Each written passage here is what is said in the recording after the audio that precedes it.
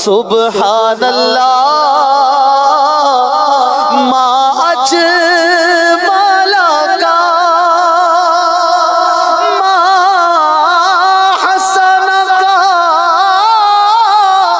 ما اکمل کا نحمدہ ونصلی علی رسولہ النبی الکریم الامین اما بعد فاعوذ باللہ السمیع العلیم من الشیطان الرجیم بسم اللہ الرحمن الرحیم قال اللہ تبارک و تعالی فی القرآن الحکیم ان اللہ وملائکتہ یصلون علی النبی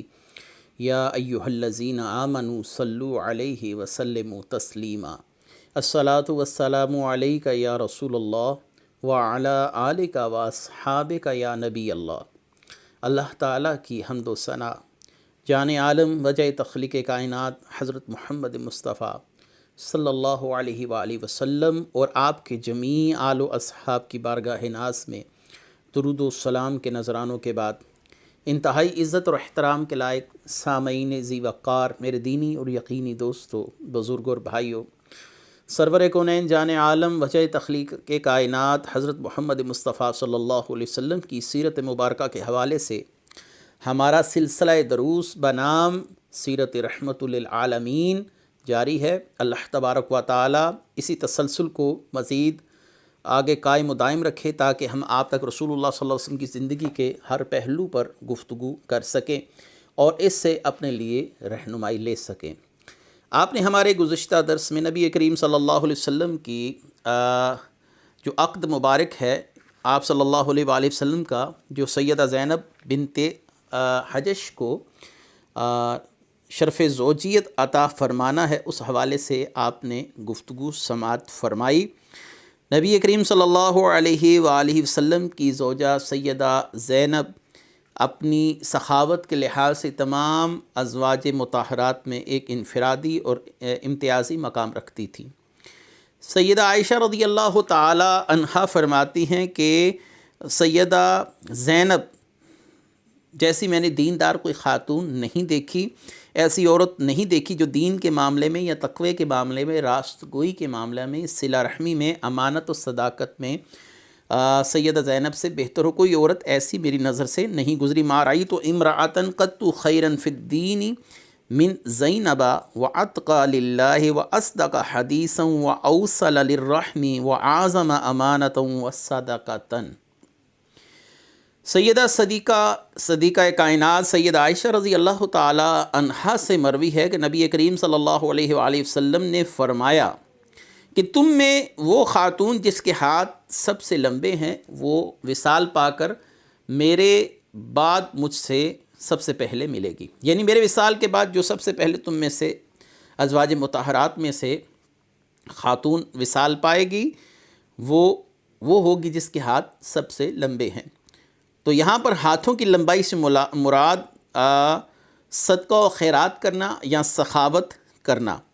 خود سیدہ عائشہ فرماتی ہیں کہ جب سیدہ زینب کا انتقال ہوا تو پھر ہمیں اس بات کا علم ہوا وَقَانَتْ زَيْنَبُ أَطْوَلَنَا يَدًّا لِأَنَّهَا كَانَتْ تَعْمَلُ بِيَدِهَا وَتَصَدَّقُ۔ حضرت زینب ہم میں سب سے زیادہ لمبے ہاتھوں والی تھیں اور اپنے ہاتھ سے کام کرتی تھی اور صدقہ خیرات کرتی تھیں۔ رسول اللہ صلی اللہ علیہ وسلم سے اس غیبی خبر کو آگے لانے میں جس شخصیت کا نام آتا ہے وہ سیدہ عائشہ رضی اللہ تعالی عنہا ہیں کہ رسول اللہ نے فرمایا تم میں جو سب سے پہلے فوت ہو کر مجھ سے آ کر ملے گی ازواج مطہرات میں وہ زینب یا لمبے ہاتھوں والی خاتون ہوگی، اور کہتی ہیں کہ اس کا علم ہمیں اس وقت ہوا جب سیدہ زینب کا انتقال ہوا۔ یہاں پر اس حدیث بخاری کا جواب بھی ہو جاتا ہے، یہ روایت بھی صحیح بخاری سے ہی میں نے پڑھی کہ سیدہ عائشہ نے فرمایا کہ جس شخص نے یہ عقیدہ رکھا کہ رسول اللہ صلی اللہ علیہ وسلم غیب جانتے تھے اس نے گویا جھوٹ بولا۔ تو وہاں پر اس حدیث کا جواب یہی ہے کہ سیدہ عائشہ خود ایک غیبی خبر کی تصدیق فرما رہی ہیں، غیبی خبر کو امت تک پہنچا رہی ہیں کہ رسول اللہ صلی اللہ علیہ وسلم نے ایک غیبی خبر دی۔ تو معلوم ہوا کہ یہاں پر جس غیب کا اثبات ہے وہ عطائی ہے اور جس غیب کی نفی کی گئی وہ ذاتی ہے، کیونکہ ذاتی علم تو صرف اللہ کے پاس ہے اور اللہ کی عطا سے نبی کریم صلی اللہ علیہ وآلہ وسلم بھی غیب جانتے ہیں اور حضرت عائشہ سے ہی اس بات کی خبر ہم تک پہنچی ہے۔ اگر حضرت عائشہ مطلقاً علم غیب کا انکار کرتی ہوتی تو پھر اس حدیث کی راویہ نہ ہوتی اور ہم تک نہ پہنچاتی۔ تو معلوم ہوا جن صحابہ سے، جن ازواج مطہرات سے، جن اکابرین سے رسول اللہ صلی اللہ علیہ وسلم کے علم غیب کی نفی کا اس بات ہے وہ ذاتی ہے، ظاہری سی بات ہے، وہ صرف اللہ کی ذات کے لیے ہے۔ ہم صرف اللہ کے لیے ذاتی علم مانتے ہیں، اور اللہ تعالیٰ کی عطا سے، اللہ کے دینے سے نبی کریم صلی اللہ علیہ وآلہ وسلم کے لیے بھی ہم علم غیب کا اس بات کرتے ہیں، مگر دونوں میں ذاتی اور عطائی کا فرق ملحوظ خاطر رکھنا چاہیے۔ سیدہ زینب کا انتقال 20 ہجری میں ہوا۔ خلافت فاروقی میں آپ کا جنازہ سیدنا عمر فاروق رضی اللہ تعالی عنہ نے پڑھایا اور جنت البقیع میں آپ کی تدفین کر دی گئی۔ اللہ تعالیٰ ان تمام ازواج مطہرات، رسول اللہ صلی اللہ علیہ وسلم کی تمام اولاد پاک پر اپنی کروڑہ رحمتوں کا نزول فرمائے۔ اس کے بعد ایک اہم واقعہ جس پر مستشرقین کے حوالے سے کافی زیادہ اعتراضات بھی ہیں، اور عام انسان اگر ان واقعات اور ان اعتراضات کو سنتا ہے تو نبی کریم صلی اللہ علیہ وآلہ وسلم کے متعلق نعوذ باللہ پھر عقیدے کے اندر ایک تزلزل اور ایک تذبذب کی بھی صورتحال بھی پیدا ہونے کا خطرہ لاحق ہو جاتا ہے۔ اس لیے ضروری ہے کہ اس مقام پر پوری گفتگو کر کے گزرا جائے، اور کم از کم مستشرقین کے سوالات کے تسلی بخش جو جوابات ہیں وہ دے کر یہاں سے گزرا جائے۔ یاد رکھیے کہ جہاں پر عرب کی سرزمین کے اندر، عربیوں کے اندر جہاں پر بہت سی دور جاہلیت کی رسمیں تقویت پا چکی تھیں، انہی رسموں میں اپنے منہ بولے بیٹے کو وراثت میں پورا حصہ دینا اور اس کی بیوی کو اتنے تمام حقوق ادا کرنا جو کہ ایک سگے بیٹے کی بیوی کو دیے جاتے ہیں۔ تو اس سے اب ایک لاقانونیت کی فضا قائم ہوئی تھی عرب کے اندر، دور جاہلیت کے اندر، کہ بعض اوقات اپنا بیٹا اور اپنا خونی رشتہ ان تمام وراثتی معاملات سے محروم ہو جاتا تھا، اس منہ بولے بیٹے کی وجہ سے جو کسی شخص نے گود میں لیا یا کسی کو منہ بولا بیٹا بنا کر اپنے گھر میں رکھا یا اس کو پالا۔ اب وراثت میں جب ظاہری سی بات ہے وہ حصہ دار بنا، تو اپنا جو سلبی رشتہ ہے اور اپنا جو سگا بیٹا ہے وہ ان حقوقوں سے یا وراثت کے ان تمام معاملات سے محروم ہو جائے گا، یا اس کا حصہ کم آئے گا، کیونکہ اب ایک منہ بولا بیٹا جو ہے وہ بھی اس میں داخل ہو گیا وراثت کے معاملے کے اندر، اور متروکہ مال کا حقدار بن گیا۔ اور قریبی رشتہ داروں کے اندر پھر جو متروکہ مال تقسیم کرنے کی جو نوعیت تھی اس میں بھی کافی کمی واقع ہو رہی تھی۔ لیکن یہاں پر اب اس دور جاہلیت کی رسم کا ختم ہونا بھی ضروری تھا، تو یہاں پر ایک وہ واقعہ بھی رونما ہوا، وہ واقعہ بھی وقوع پذیر ہوا جس کا اللہ تبارک و تعالیٰ نے سورہ الاحزاب کے اندر ذکر فرمایا۔ وہ یہ تھا کہ نبی کریم صلی اللہ علیہ وآلہ وسلم نے سیدنا زید بن حارثہ کو اپنا منہ بولا بیٹا بنایا تھا، اور یاد رکھیے کہ ابھی یہ رسم و رواج کے جو معاملات تھے ابھی جاری تھے۔ نبی کریم صلی اللہ علیہ وآلہ وسلم نے بڑے ہی حکمت عملی کے ساتھ ان دور جاہلیت کی رسموں کو ختم فرمایا۔ تو نبی کریم صلی اللہ علیہ وآلہ وسلم نے اپنی پھوپھی ذات کا، جن کا نام سیدہ زینب تھا، ان کا نکاح سیدنا زید سے کروایا۔ یاد رکھیے کہ جب سیدہ زینب کو رشتہ بھیجا گیا نبی کریم صلی اللہ علیہ وسلم کی طرف سے، تو وہ خوش ہوئی اس بات پر کہ میرا رشتہ نبی کریم صلی اللہ علیہ وسلم کے ساتھ ہو رہا ہے۔ لیکن جب بات کھلی تو ان کو اس بات کا علم ہوا کہ رشتہ رسول اللہ صلی اللہ علیہ وسلم کے لیے نہیں آیا، سیدنا زید بن حارثہ کے لیے آیا تھا، تو انہوں نے اس بات پر بڑی ہی ناگواری کا اظہار کیا اور بادل نخواستہ اس رشتے کو اس لیے قبول کیا کیونکہ نبی کریم صلی اللہ علیہ وآلہ وسلم کی طرف سے یہ رشتہ بھیجا گیا تھا۔ یہ رسول اللہ صلی اللہ علیہ وسلم کی سگی پھپھی کی بیٹی تھی، اور عبد المطلب ان کے نانا تھے جو رسول اللہ صلی اللہ علیہ وسلم کے دادا تھے۔ تو لہٰذا نبی کریم صلی اللہ علیہ وآلہ وسلم کے متعلق یہ مستشرقین کا کہنا کہ آپ ان کے حسن پر فریفتہ ہو گئے تھے، یہ انتہائی نامعقول بات ہے جب رسول اللہ صلی اللہ علیہ وسلم خود زید بن حارثہ کا نکاح سیدہ زینب سے کروا رہے ہیں۔ یقیناً وہ پھوپھی ذات بھی تھیں، رسول اللہ صلی اللہ علیہ وسلم نے انہیں متعدد بار دیکھا بھی ہوگا، بچپن سے لے کر عالم نوجوانی تک وہ ظاہری سی بات ہے ایک ہی خاندان کا حصہ تھے، تو یہ تمام معاملات تو رسول اللہ صلی اللہ علیہ وسلم کے سامنے تھے۔ اب رسول اللہ صلی اللہ علیہ وآلہ وسلم جب ان کا نکاح کروا رہے ہیں یا نکاح ہو چکا ہے، اس کے بعد سیدہ زینب کی طرف آپ کا قلبی رجحان پایا جانا یہ صرف مستشرقین کا ایک خیال ہے۔ اصلاً ایک حکمت جو اللہ تبارک و تعالیٰ کی تھی وہ یہ تھی کہ منہ بولے بیٹے کا جو معاملہ ہے وہ حقیقی معاملہ نہیں ہے، اس رسم کو ختم کیا جائے۔ تو اس کے لیے اللہ تعالیٰ کی ایک حکمت جو تھی وہ کار فرما ہوئی اور آگے جو معاملہ ہے وہ چلا۔ وہ معاملہ کیا تھا؟ پہلے تو مستشرقین کا سوال سن لیجئے تاکہ آپ کو آگے واقعہ سننے کے اندر ان مستشرقین کے تمام سوالات کے جوابات بھی مل جائیں جو عمومی طور پر عیسائی اور یہودی محققین مستشرقین رسول اللہ صلی اللہ علیہ وسلم کے حوالے سے اٹھاتے ہیں۔ وہ واقعہ کچھ یوں ہے کہ نبی کریم صلی اللہ علیہ وآلہ وسلم ایک دفعہ سیدنا زید بن حارثہ رضی اللہ تعالیٰ عنہ کے گھر تشریف لے کر گئے۔ جب آپ وہاں پر پہنچے تو سیدنا زید رضی اللہ تعالیٰ عنہ اپنے گھر میں موجود نہیں تھے اور آپ صلی اللہ علیہ وآلہ وسلم کا سامنا سیدہ زینب سے ہوا، یعنی وہ باہر تشریف لے آئیں۔ تو نبی کریم صلی اللہ علیہ وسلم کی نظر جب ان پر پڑی تو آپ صلی اللہ علیہ وسلم پر فریفتہ ہو گئے۔ یہ اعتراض ہے مستشرقین کا، میں اعتراض نقل کر رہا ہوں۔ اور آپ صلی اللہ علیہ وسلم یہ کہتے ہوئے واپس ہوئے، سبحان اللہ مقلب القلوب، پاک ہے دلوں کو بدلنے والا۔ یہ آواز سن کر سیدہ زینب نے یہ دعا جو تھی وہ ازبر کر لی، یاد کر لی کہ رسول اللہ صلی اللہ علیہ وسلم نے کیا فرمایا تھا۔ جب سیدنا زید تشریف لائے تو سیدہ زینب، جن کے سیدنا زید کے ساتھ تعلقات بحال نہ تھے، آئے دن آپسی تعلقات میں کشیدگی جو تھی اس کی صورتحال رہتی تھی، کیونکہ سیدہ زینب کے اندر ایک خاندانی جاہ و جلال اور وجاہت بھی تھی اور زید بن حارثہ ایک غلام تھے۔ تو یہ ایک دوری والا جو معاملہ تھا ان دونوں کے اندر، یہ بھی تھا کہ سیدہ زینب ان کو اپنے لائق نہیں سمجھتی تھی، لیکن رسول اللہ صلی اللہ علیہ وآلہ وسلم کا حکم تھا۔ بہرحال انہوں نے رشتہ تو کر لیا لیکن ازواجی زندگی جو تھی وہ صحیح طریقے سے چل نہیں پا رہی تھی۔ آئے دن لڑائی جھگڑے اور ایک دوسرے کے ساتھ معاملات جو تھے وہ کشیدگی والے چلتے تھے۔ بہت بار سیدنا زید بن حارثہ نے اس ساری صورتحال کی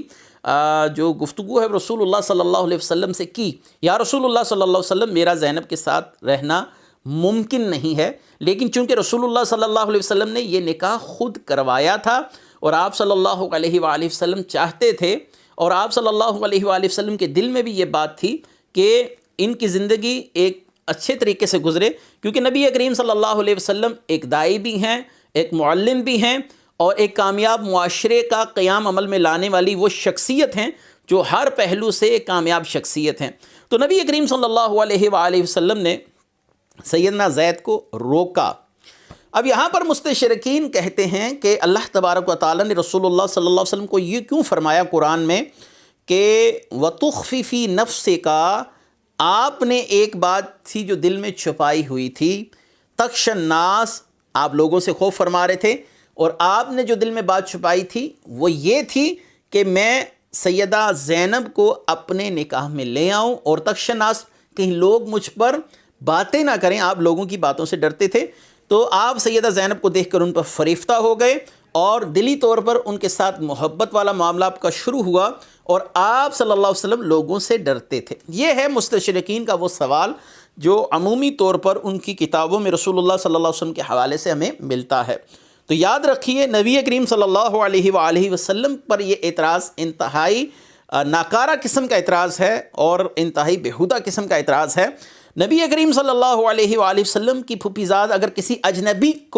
قبیلے سے ہوتی، کسی اجنبی کنبے سے ہوتی، کسی غیر قبیلے کی فرد ہوتی جنہیں حضور نے کبھی دیکھا نہ ہوتا، تو پھر ان بے سروپا حکایات کو ماننے کی کوئی وجہ بھی نظر آتی تھی،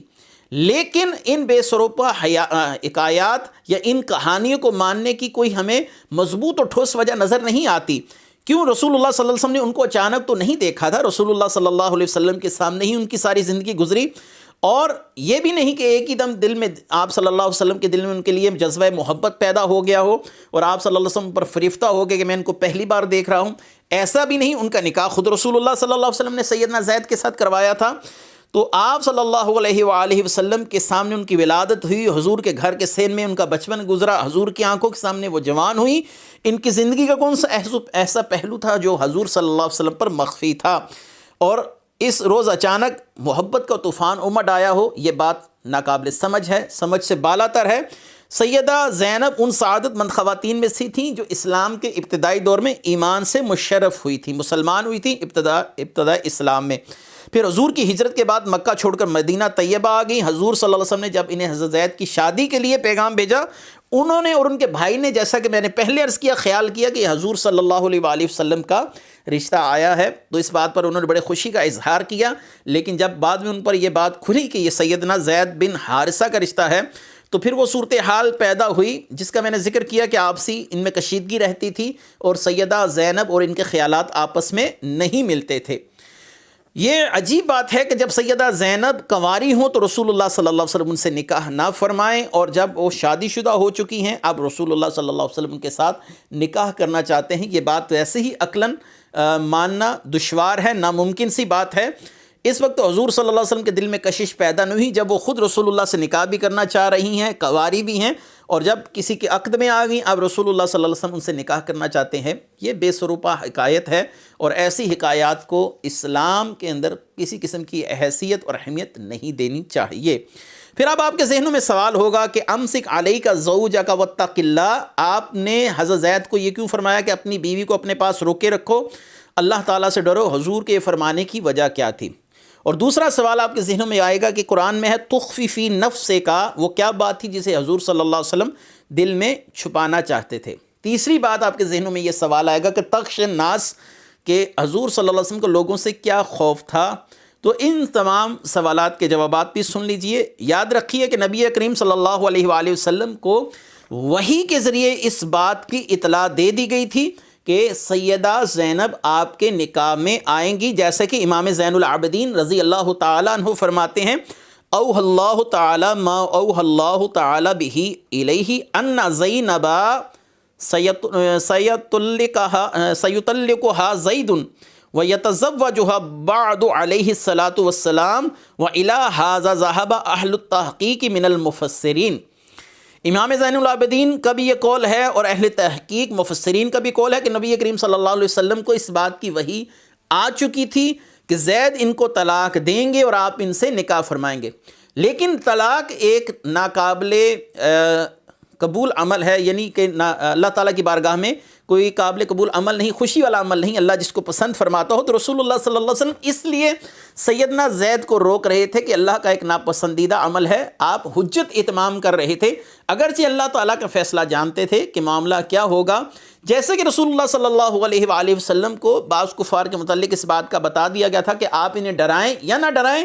یہ ایمان لانے والے نہیں، لیکن آپ نے حجت اتمام کے طور پر ان لوگوں کو بھی دعوت دی ہے، دعوت اسلام ان کو بھی دی ہے۔ کل کو یہ لوگ یہ نہ کہیں کہ ہم تک اگر دعوت پہنچتی تو ہم لوگ مسلمان ہو جاتے، ہمیں تو کسی نے دعوت ہی نہیں دی۔ حجت اتمام کا معاملہ ہے، یہاں پر بھی نبی کریم صلی اللہ علیہ وسلم نے حجت اتمام فرمائی، سیدنا زید کو روکا، کیونکہ طلاق اللہ کی بارگاہ میں ناپسندیدہ معاملہ ہے، اگرچہ حلال ہے لیکن اللہ کو ناپسند ہے۔ تو آپ صلی اللہ علیہ وسلم نے بطور داعی اور بطور معلم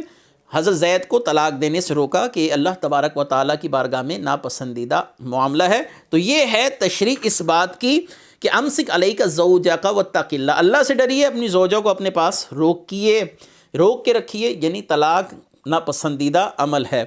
اب معاملہ آ گیا کہ وہ کیا چیز تھی، تخفی فی نفس کا، جو آپ نے اپنے نفس میں چھپائی رکھی تھی یا آپ کے دل میں تھی، وہ یہ تھی کہ اللہ تبارک و تعالیٰ نے آپ کو وہی فرما دی تھی کہ سیدہ زینب جو ہے وَيَتَزَوَّجُهَا بَعْدُ علیہ الصلاۃ والسلام وَإِلَى هَذَا ذَهَبَ أَهْلُ التَّحْقِيقِ، کہ حضرت زینب آپ کے نکاح میں تشریف لائیں گی۔ اسی لیے اللہ تبارک و تعالیٰ نے اس نکاح کو اپنی طرف منسوب کیا۔ زوجناکہا کہ ہم نے اس کا نکاح آپ کے ساتھ فرمایا۔ یہ اللہ تعالیٰ نے سیدہ زینب کا جو نکاح رسول اللہ صلی اللہ علیہ وسلم کے ساتھ فرمایا، یعنی اللہ کے حکم سے ہوا یہ۔ تو یہ جو رسول اللہ صلی اللہ علیہ وسلم کے دل میں بات تھی۔ اب تخش الناس کا معنی کیا ہے کہ آپ کو لوگوں کا خوف تھا۔ لوگوں کا خوف سے یہ مراد ہے کہ کفار اور منافقین کی بہتان ترازی کا طوفان امڈ آئے گا کہ منہ بولے بیٹے کی جو زوجہ ان کے ساتھ نکاح کیا، اس سے وہ لوگ جو ابھی نو مسلم تھے ان کے ایمان کو خطرہ لاحق ہوگا۔ جیسے معراج کے وقت بہت سے لوگوں کے لیے واقعہ معراج ایک فتنے کا سبب بنا اور بہت سے لوگ دائرہ اسلام سے نکل گئے۔ تو یہی معاملہ اس جگہ پر بھی ہے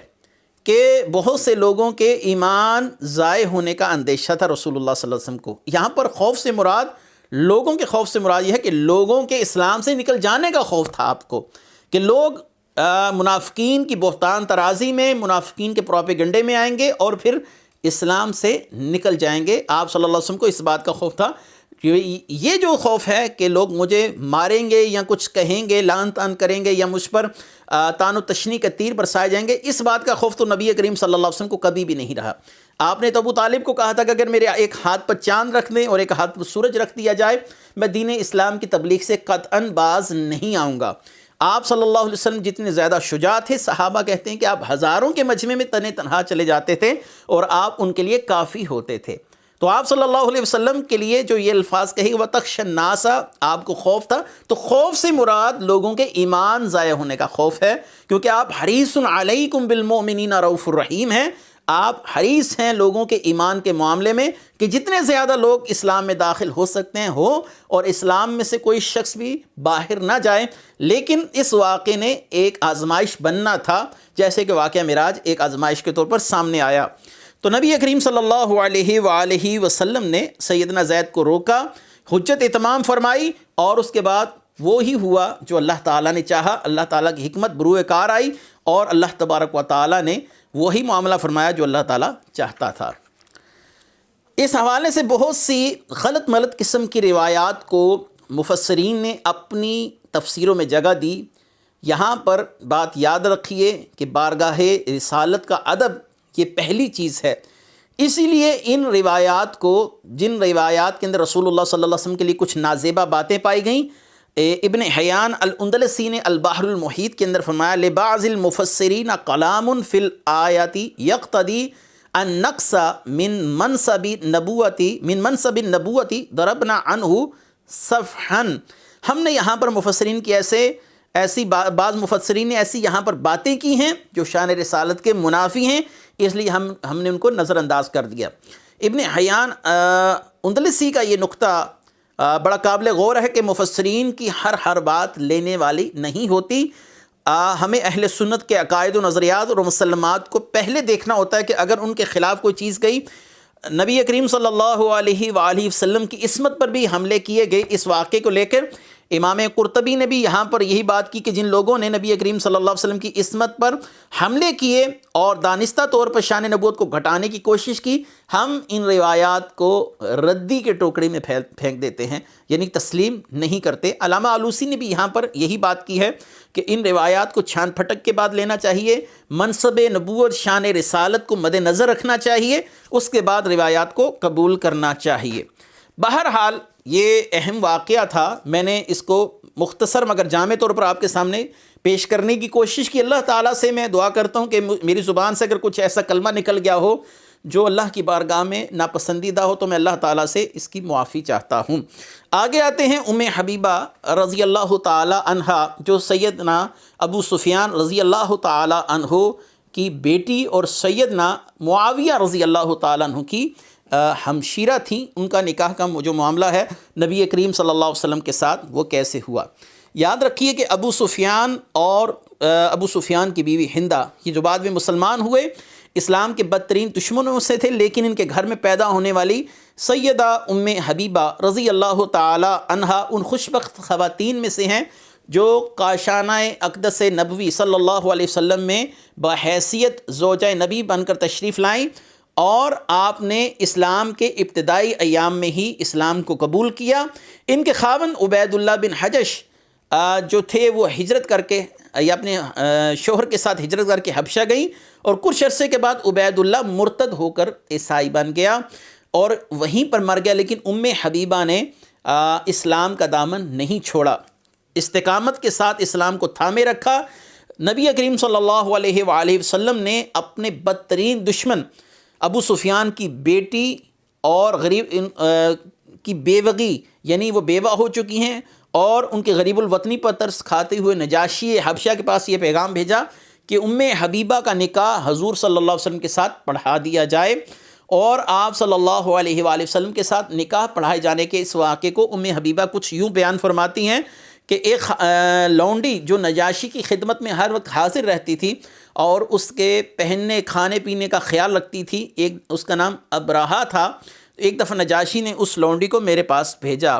اور یہ خادمہ نجاشی کا پیغام لے کر میرے پاس آئی اور میرے پاس اندر آنے کا اذن طلب کیا کہ مجھے اندر آنے کی اجازت دی جائے۔ میں نے اس کو اجازت دی۔ اس کے بعد اس نے مجھے آ کر کہا کہ بادشاہ نے آپ کی طرف پیغام بھیجا ہے کہ انہیں نبی کریم صلی اللہ علیہ وسلم کی طرف سے مراسلہ یعنی پیغام اور خط موصول ہوا ہے کہ آپ کا نکاح یعنی ام حبیبہ کا نکاح نبی کریم صلی اللہ علیہ وسلم کے ساتھ پڑھا دیا جائے۔ ام حبیبہ فرماتی ہیں یہ پیغام سن کر مجھے اتنی زیادہ خوشی ہوئی کہ اتنی خوشی زندگی میں پہلے کبھی نہیں ہوئی تھی، تو میں نے اپنے ہاتھوں پر پہنا ہوا زیور بطور انعام اس لونڈی کو سونپ دیا اس خوشی کی وجہ سے۔ اور بہرحال عشاء کے وقت نجاشی نے حضرت جعفر بن ابی طالب جو حضرت علی رضی اللہ تعالیٰ عنہ کے بڑے بھائی تھے اور دیگر مسلمانوں کو اپنے پاس بلایا، خود خطبہ نکاح پڑھا، 400 دینار مہر مقرر کیا اور ان لوگوں کے کھانے کا اہتمام کیا اور نبی کریم صلی اللہ علیہ وسلم کے ساتھ عقد کروا دیا گیا۔ اس میں جو وکیل مقرر کیے گئے تھے ان کی طرف سے سیدہ زینب کی طرف سے وہ خالد بن سعید بن عاص تھے، ان کو وکیل مقرر کر کر نکاح کی جو رسومات تھی ان کو ادا کیا گیا۔ اس نکاح کی تاریخ 5 ہجری ہے یا 6 ہجری ہے، اس میں اختلاف ہے، لیکن تاریخ خمیس میں 5 ہجری کو زیادہ ترجیح دی گئی ہے۔ آپ کا انتقال 44 ہجری میں ہوا سیدہ ام حبیبہ کا۔ نبی کریم صلی اللہ علیہ وسلم کے وصال سے تقریباً 33 سال کے بعد آپ کا وصال ہوا۔ اور اسی سال کے اندر ایک اور اہم واقعہ جو تھا وہ یہ ہوا کہ نبی کریم صلی اللہ علیہ وآلہ وسلم جب غزوہ دومۃ الجندل کے معاملے میں مدینہ طیبہ سے باہر تشریف لے کر گئے ہوئے تھے تو آپ کی غیر موجودگی میں سعد بن عبادہ کی والدہ ماجدہ ام سعد کا انتقال ہوا۔ جب نبی کریم صلی اللہ علیہ وسلم واپس تشریف لائے تو آپ ام سعد کی قبر پر تشریف لے کر گئے اور سیدنا سعد بن عبادہ نے اپنی والدہ کی طرف سے صدقہ دینے کے متعلق سوال کیا، یا رسول اللہ کیا میں اپنی والدہ کی طرف سے صدقہ دے سکتا ہوں؟ تو آپ صلی اللہ علیہ وسلم نے فرمایا ہاں تم اپنی والدہ کی طرف سے صدقہ دے سکتے ہو، اور آپ صلی اللہ علیہ وسلم نے بہترین صدقہ پانی کو قرار دیا۔ تو اسی سلسلے میں ایک کنواں کھدوا کر ان کے نام پر مختص کیا گیا۔ رسول اللہ صلی اللہ علیہ وسلم نے فرمایا حاذہ لأم سعد، یہ کنواں ام سعد کے لیے مختص ہے۔ تو معلوم ہوا کہ جو دنیا سے چلا جائے اس کے نام پر اگر کوئی کھانے پینے کی چیز مشہور ہو جائے، جیسے کہ 11ویں شریف کا یہ بکرا ہے یا پیر میر علی شاہ صاحب کا لنگر ہے یا فلاں چیز ہے، اس سے چیز حرام نہیں ہو جاتی، کیونکہ اس پینے کے پانی کو ایک فوت شدہ جو خاتون تھی ام سعد ان کے نام پر مختص کر دیا گیا تھا، یعنی جو شخص بھی یہاں سے پانی پیے گا اس کا ثواب ام سعد کو پہنچے گا۔ تو ایسے ہی ہے جیسے کوئی شخص کھانے کا لنگر کھائے اور کہے کہ اس کا ثواب جو ہے میں غوث اعظم کو احسال کرتا ہوں، لوگوں کو اس لیے کھانا کھلا رہا ہوں، یہ غوث اعظم کا لنگر ہے، تو یہ بات سمجھ لینی چاہیے کہ یہ چیز حرام نہیں ہے، شرعاً اس کے اندر کوئی معاملہ نہیں ہے۔ اسی سال مدینہ طیبہ میں زلزلہ آیا اور اسی سال فرضیت حج کی آیات نازل ہوئیں۔ یہ 5 ہجری کا سال تھا۔ اسی سال جمادی الثانی میں چاند کو گرہن لگا، یہود نے تانبے کے برتنوں کو کاٹنا شروع کیا اور کہا کہ چاند کو کسی نے جادو کر کر سیاہ کر دیا، لیکن رسول اللہ صلی اللہ علیہ وسلم نے اپنی امت کو صلاۃ الخسوف پڑھنے کی ترغیب دلائی اور نماز پڑھنے کا طریقہ سکھایا۔ اس کے بعد مسلمانوں کا یہ معمول ہو گیا کہ جب بھی چاند کو گرہن لگتا بارگاہ الہی میں حاضر ہو کر نماز ادا کرتے۔ یہ 5 ہجری کے واقعات تھے یہاں پر جو اختتام پذیر ہوئے۔ انشاءاللہ اگلے درس میں ہم 6 ہجری کے واقعات لے کر آپ کے سامنے پیش ہوں گے۔ وآخر دعوانا ان الحمدللہ رب العالمین۔ سبحان اللہ ما اجمل